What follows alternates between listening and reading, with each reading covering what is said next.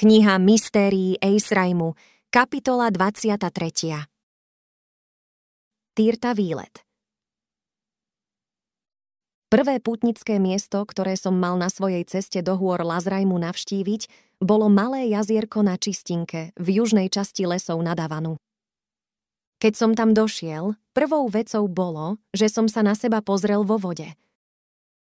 Zar hnedého rúcha. Sotva som dokázal uveriť, že je to pravda. Iba pred pár dňami som bol Zar, študent rituálov.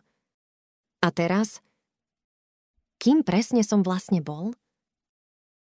To bola otázka, ktorú Jervin navrhol, aby som si kládol počas svojho putovania.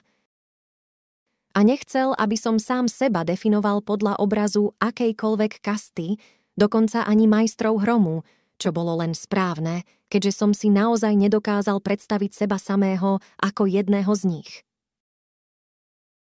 Môžeš byť čímkoľvek, môžeš robiť čokoľvek, pokúšal som sa znovu a znovu si opakovať. Ale mal som veľký problém tomu uveriť.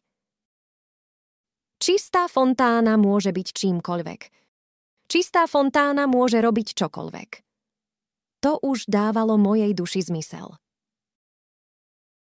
Ako som pomaly postupoval na sever, začal som si zvykať na to, že sa vidím oblečeného v hniedom a zvláštna atmosféra Tírt zo mňa zmila smútok posledných týždňov.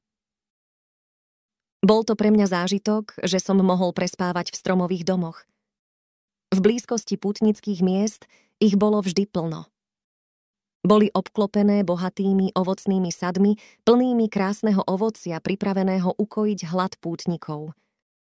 A vďaka dobrej práci siete energetických polí, počasie bolo stále príjemné. Nakoniec som dosiahol prvé výhonky hôr Lazraimu. Volali sa tak, pretože sa tiahli zo severu z kraja Lazéry až na juh, kraj Ejsraimu. Pustovňa brata Fiora nebola veľmi vysoko v horách, no predsa, keďže som bol pomalý chodec, mi trvalo celý deň, kým som tam došiel. Krajina bola veľmi inšpirujúca. Ako som stúpal vyššie, hmly boli redšie a niekedy som mohol vidieť až niekoľko 100 metrov pred seba. Miesto som dosiahol pri západe slnka. Múdra jaskyná konštrukcia so svojou stromodomovou fasádou, ktorá pripomínala priečelie svätyne, bola rozkošná. Fior, ktorý vycítil môj príchod, ma čakal pri vchode portálového štýlu. Bol to malý, tučný, postarší muž so žoviálnym úsmevom a preriedenými vlasmi. Oblečené mal obnosené tmavošedé rúcho. Vrúcne ma privítal. Pochválený buď pán Melchisedek, Zar hnedého rúcha, učeník majstra Jervina. Aké pekné vidieť zase návštevníka. Po krátkej a zákonnej výmene ma zobral na rýchlu prehliadku pustovne, ktorá bola vytesaná oveľa hlbšie do skaly, ako sa zdalo zvonka. V priestrannej vstupnej hale bola chodba, ktorá viedla do viacerých izieb. Kamenné steny boli potiahnuté plasom, takže robili z jaskynej stavby zákonné obydlie so živými stenami. Potom, ako mi dal čudný horúci odvar z horských bylín, brat Fior ma zobral dozadu do jednej z miestností. Tam ležal vzácny kameň vajcovitého tvaru, asi 1,5 cm dlhý, spočívajúci na kamennom oltári uprostred miestnosti. Bol to jeden z tých želatínovitých kryštálov, ktoré sa používali na čerpanie energie z polí. Fior vyzeral byť so svojou prácou dosť spokojný. Budeš sa musieť o túto vec dobre postarať, chlapec môj. Trvalo mi niekoľko mesiacov, kým som ho dokončil. Naozaj sa o kameň dobre postarám, majster Fior. Mám ho niesť vo svojej taške? V špeciálnej škatulke, ktorú ti dám zajtra. Dlho nehybne stál, aby som si mohol plne vychutnať ovocie jeho práce. Používal si niekedy takýto kameň? Spýtal sa. Nikdy som nepoužil žiadny mäkký kameň, majster Fior. Kameň tohto kalibru dokáže robiť mimoriadne veci. Na poli zašepkal tónom, ako by hovoril o niečom zázračnom. Ako napríklad rozprávať sa s ľuďmi cez kanály tmy viditeľnej? Opýtal som sa. To dokáže hociaký bežný kameň, ale ten, ktorý máš pred očami, dokáže z polí čerpať oveľa väčšie sily. Mal by si sa opýtať majstra Jervina. On o tom vie veľa. A zhromaždil okolo seba tým vynikajúcich expertov na výrobu kameňov, niektorých z najlepších mužov celého kráľovstva. Už si niekedy stretol úžasného majstra Vlnka? Nie. Keď videl moju úplnú neznalosť, brat Fior už radšej nič viac nehovoril. Pripravil bohatú večeru, ktorú sme v tichosti jedli. Potom mi ukázal moju izbu. Ako som zaspával na svojom lôžku, myslel som na Eliany. Odkedy som opustil svetiňu, jej nádherný úsmev bol stále so mnou. Uvidím ju ešte niekedy? Tá otázka ma neopúšťala celú cestu. Niekoľkokrát som sa s ňou pokúšal hovoriť cez tmu viditeľnú, ale neúspešne. Uvažoval som, či by kameň brata Fiora dokázal vytvoriť spojenie. Eliany? Naladil som sa a pokúšal sa spočívať na energii kameňa. Výsledok bol okamžitý. Otvoril sa hlasový kanál. Eliany? Zavolal som. Počul som neznámy hlas, ako kričí. Čo je toto? Niekto sa snaží vlámať do poľa našej kaplnky. Mám spustiť obrannú procedúru? Nie, počkaj, ozval sa Elianin hlas. Potom ma oslovila. Zár, nemám teraz čas sa s tebou rozprávať, prosím, odpoj sa, ozvem sa ti neskôr. Okamžite som nechal spojenie padnúť. Podaril sa mi ďalší trapas? Ráno, potom ako som dojedol obrovské raňajky, ktoré predo mňa brat Fior navršil na stole, som stál vonku pred jaskinným obydlím a pozoroval hmly. Počas noci pršalo a otvorená krajina bola nahradená bežnou atlantskou hmlou. Keď bolo všetko pripravené, brat Fior ma zavolal do miestnosti s oltárom. Sledoval som, ako umiestnil mäkký kameň do malej plasovej škatulky, ktorej vnútro bolo pokryté hrubou tmavočervenou zamatovo-hladkou výstelkou. Plasové pole blokuje vyžarovanie mäkkého kameňa, aby nikto nemohol zaregistrovať, že ho nesieš, vysvetlil Fior. Teraz počúvaj, chlapec môj. Minulú noc som počul, ako si vyskúšal mäkký kameň na diaľkovú komunikáciu. To bolo v poriadku, pretože si bol tu, ale dávaj veľký pozor, aby si nič také nerobil, keď budeš na ceste. Ak by si z ľubovoľného dôvodu aktivoval kameň alebo otvoril škatulku, riskoval by si, že budeš odhalený, čo by z teba urobilo cieľ zlodejov. Na svojej ceste s nikým nehovor a keď dosiahneš Eizraim, choď rovno za Jervinom. Mäkký kameň pred nikým nespomínaj. Jasné? Áno, brat Fior. A teraz choď, chlapec môj, a nech je pán Melchisedek s tebou. Zákonne som mu poďakoval za jeho pohostinnosť a za jedlo, ktoré mi vložil do tašky a pustil som sa na cestu dole z hôr. Poháňaný vážnou povahou svojej misie, kráčal som rýchlejšie ako zvyčajne. Trvalo mi len pol dňa, kým som dosiahol lesy nad Avanu. Odtiaľ som trávil svoje dni tým, že som sa vciťoval do duchov stromov, občas som si spomenul na pána Ganu, občas som rozmýšľal, čo má pre mňa Jervin v zálohe ako ďalšie. Spával som v skrytých kútoch lesa, stromovým domom som sa vyhýbal z obavy, že stretnem iných pútnikov. Jeden večer, keď som bol asi na pol ceste do svätyne, som naďabil na skvostné jazierko. Nebola to jedna z týrt, o ktorých som počul, ale aj tak to bolo veľmi inšpirujúce miesto. Rozhodol som sa, že sa tam utáborím a po večeri pozostávajúcej zo zrna a bobúľ som zaspal, s hlavou na svojej taške. Každú noc som sa uistil, že taška sa dotýka môjho tela, takže nikto nemohol škatuľku zobrať bez toho, aby ma zobudil. Pravdaže, Bola len malá šanca, že by ma tu niekto našiel. V týchto lesoch som bol stratený, kráčal som už celé dni, bez toho, že by som stretol ľudskú dušu. Ale aj tak, človek nemôže byť nikdy dosť opatrný v zákone.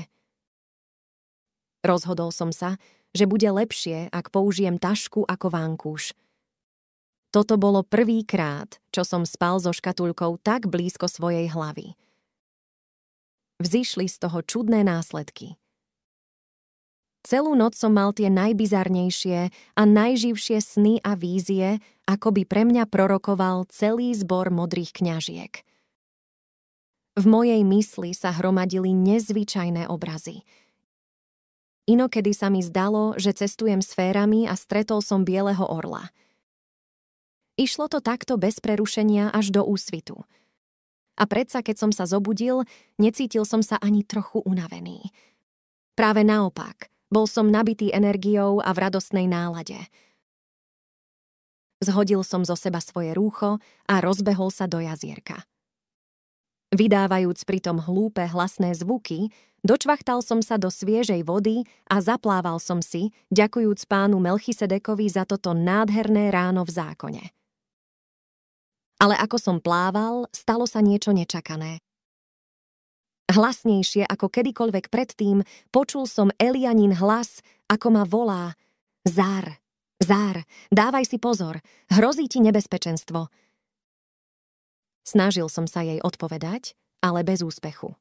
Nevedel som nájsť sféru, z ktorej prichádzal ten hlasový kanál. Bolo v jazere nejaké nebezpečné zviera? Vody boli rovnako pokojné, ako boli čisté. Naladil som sa na čistú fontánu a opýtal sa sám seba, čo by prebudený urobil v tejto situácii. Mysľou mi preblesla zrejmá odpoveď. Škatuľka. Čo sa deje so škatuľkou?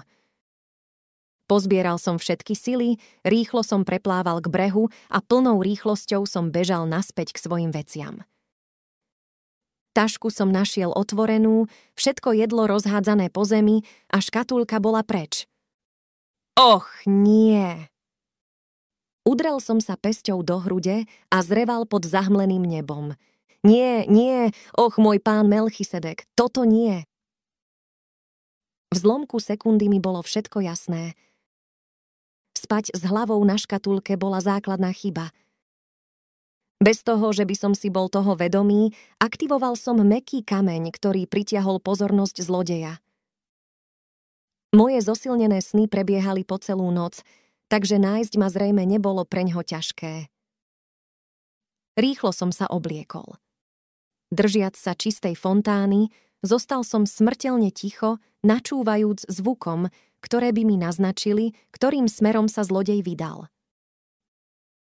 Ale les bol dokonale tichý a pokojný. Nezačul som ani najmenší šum vetra. Iba v diaľke bolo počuť spievať niekoľko vtákov.